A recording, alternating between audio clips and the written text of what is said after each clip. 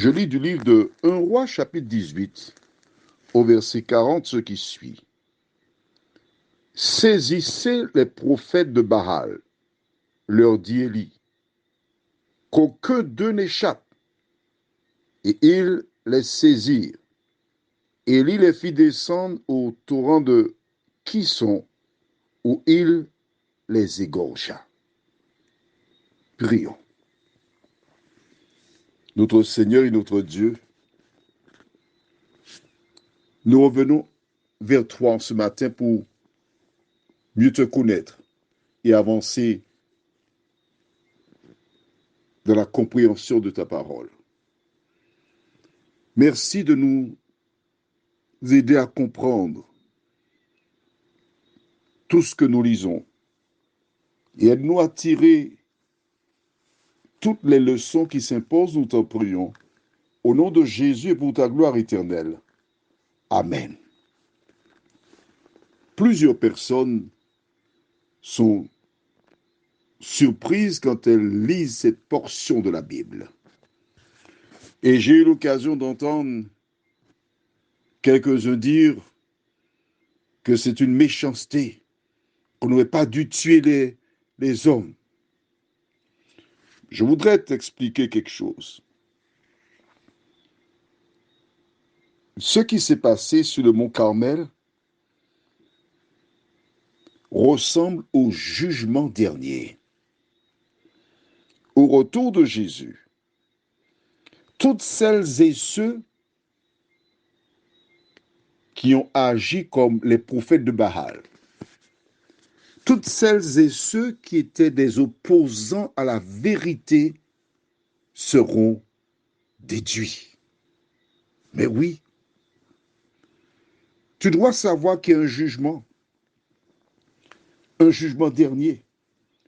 Et l'expérience vécue sur le mont Carmel est une illustration de l'état du monde. C'est-à-dire, au départ, le peuple d'Israël était fidèle à Dieu. Il marchait selon la parole de l'Éternel. Comme pour Ève et Adam, l'ennemi est venu les détourner de la vérité. Et c'est ainsi que l'apostasie est entrée dans le peuple. Mais Dieu a envoyé Élie afin de ramener le cœur du peuple à lui.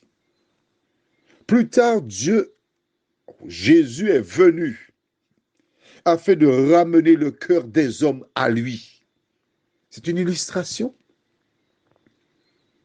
Mais ceux qui étaient là, les prophètes de Baal, qui le matin se sont réveillés comme d'habitude, se sont rendus sur le mont Carmel pour une banalité, une formalité. Ces personnes qui ont trompé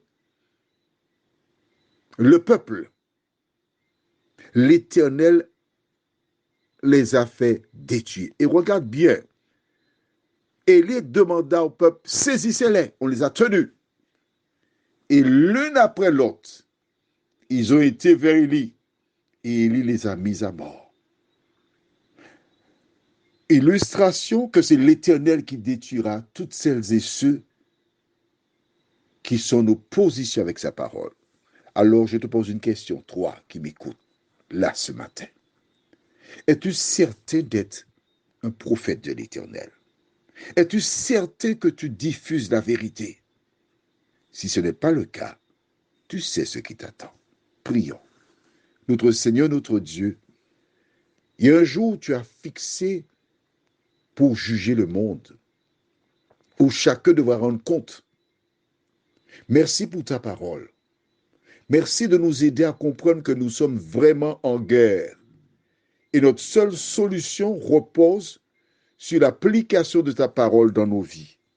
Que le Saint-Esprit nous accompagne jour après jour et que nous ne cherchions pas à faire plaisir aux uns et aux autres, mais à marcher selon ta parole. Merci de nous ramener à toi, Seigneur, nous t'en prions, au nom de Jésus et pour ta gloire éternelle. Amen. Je te souhaite une bonne journée sous le regard de Dieu.